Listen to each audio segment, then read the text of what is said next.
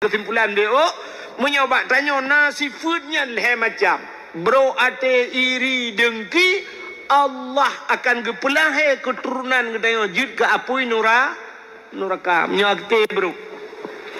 Besok le orang kedatang te ilong deku hananu ku puang masalah teman salam nuraka. En kedron aju. Kenapa ya semekele? Tanya bro ate.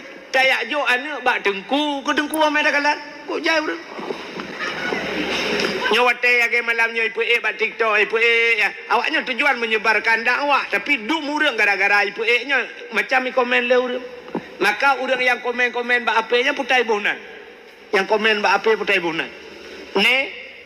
Netizen. Jadi netizen, jangan jen ujung.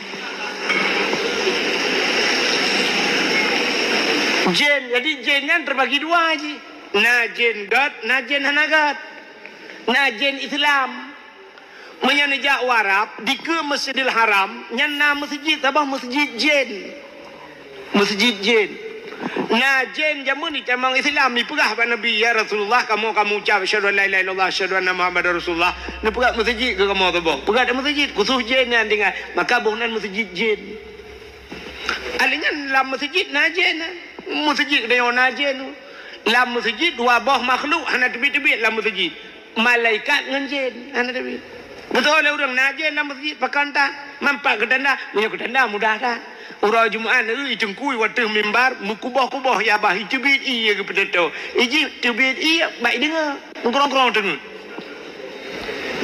cengku masap dakwah iji memprok-prok je bi saya kata masjid jika dengar 13 panah dakwah iji panah dapat aki bertencing roy mbak dapat tanda najis na urung pakai dalam masjid maka na masjid jen ya rupanya hadirin yang berbahagia na masjid jen